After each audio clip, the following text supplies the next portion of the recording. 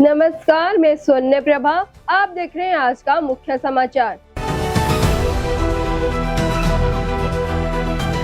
ओडिशा ने अपने सम्मानित नेता बिजू पटनायक की जयंती के बड़े जोश और सम्मान के साथ मनाई। इसी मौके पर मुख्यमंत्री मोहन चरण मांझी, ओडिशा के विधानसभा के स्पीकर सुरमा पाधी, उप मुख्यमंत्री कनक वर्धन सिंह देव और पार्वती परिडा और दूसरे विधायकों ने ओडिशा विधानसभा परिसर में दिवंगत नेता पुष्पांजलि अर्पित की। राजधानी भुवनेश्वर में एक भयानक हत्या का मामला हुआ है। पति ने अपनी पत्नी को चाकू मारकर हत्या कर दी। ये दुर्भाग्यपूर्ण घटना मंगलवार रात करीब 10 बजे भरतपुर थाने के तहत फुलेश्वरी बस्ती के पास सड़क पर हुई। मृतक महिला की पहचान सावित्री मलिक के रूप में हुई है। आरोपी पति पूर्णचंद्र मलिक को पुलिस ने हिरासत में ले लिया है और उससे पूछताछ की जा रही है। पुलिस ने शव को कब्जे में लेकर कैपिटल अस्पताल में मुर्दाघर में रखवा दिया है। पोस्टमार्टम के बाद सब परिवार को सौंप दिया जाएगा। सावित्री के भाई वसंत मलिक ने शिकायत के आधार पर भरतपुर पुलिस ने हत्या का मामला दर्ज कर लिया है और जांच कर रही है। मिडिल ईस्ट में अशांति ने पूरे दुनिया में युद्ध का खतरा बढ़ा दिया है। अमेरिका, इजराइल और ईरान के बीच युद्ध बढ़ता जा रहा है। इसके साथ ही ईरान के लगातार हमलों के कारण कई फ्लाइट ऑपरेशन रद्द कर दिए गए हैं। इसके लिए केंद्रापड़ा जिले के अली ब्लॉक के 1000 से ज्यादा मजदूर Abu Dhabi, Dubai, Kuwait, Oman और सऊदी अरब जैसे देशों में फंसे हुए हैं। इस संबंध में परिवार उम्मीद और डर में अपना समय बिता रहे हैं। उन्होंने सरकार से परिवार के सदस्य को सुरक्षित घर वापस लाने की अपील की है।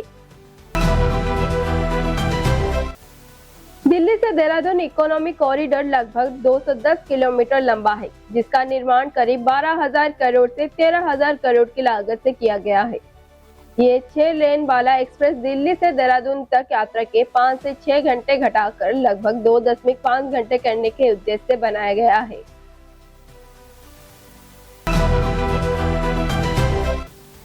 गंजाम जिला के अंकुशपुर गांव में स्थित प्रसिद्ध मां दक्षिण काली मंदिर में नवकलेवर मौके पर धार्मिक माहौल में भव्य जल यात्रा का आयोजन किया गया। इस पवित्र अवसर पर इलाके में हजारों भक्त और श्रद्धालु उत्साह से भाग लेते देखे गए।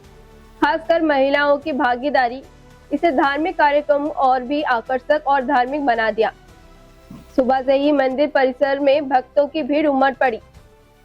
मंदिर के आसपास धार्मिक माहौल बन गया था और पूरा इलाके में हरिनाम और मंगल ध्वनि का जाप से गूंज रहा था। पारंपरिक कपड़े पहनकर सैकड़ों महिलाएं सिर पूजा के कलश को लेकर व्यवस्थित तरीके से जुलूस में शामिल हुई।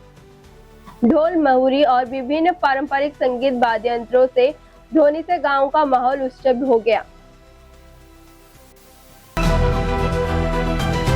संतरूपा मिश्रा और राज्यसभा के चुनाव के लिए नामांकन दाखिल किया। बीजेडी की राज्यसभा उम्मीदवार संतरूपा मिश्रा और बीजेडी कांग्रेस के संयुक्त उम्मीदवार दातेश्वर होता ने अपना नामांकन दाखिल किया। दोनों ने बीजेडी प्रेसिडेंट नवीन पटनायक के और पीसीसी प्रेसिडेंट भक्त चरण दास की मौजूदगी में राज्यसभा चुनाव के लिए अपना नामिनेशन फाइल किया है।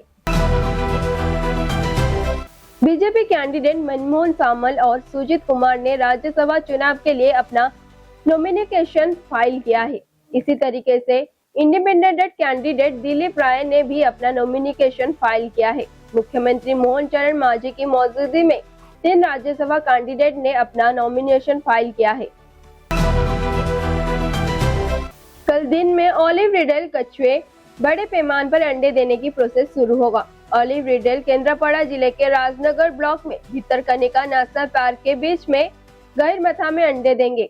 कछुओं को बचाने के लिए गहिरमथा में नवंबर से मछली पकड़ने पर रोक लगा दी गई है, लेकिन मछुआरे गैर कानूनी तरीके से रोक वाले एरिया में घुसकर मछलियां मार रहे हैं, जिससे कछुओं को नुकसान हो रहा है। पिछले 4 महीने में गैर कानूनी तरीके से मछली मारने वाले 400 से ज्यादा मछुआरों पर कोर्ट ने केस चला है।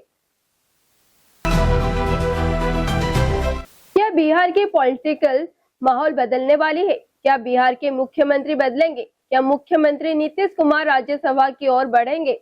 इस खबर की चर्चा सिर्फ बिहार में नहीं बल्कि पूरे देश में राजनीतिक गलियारों में हो रही है।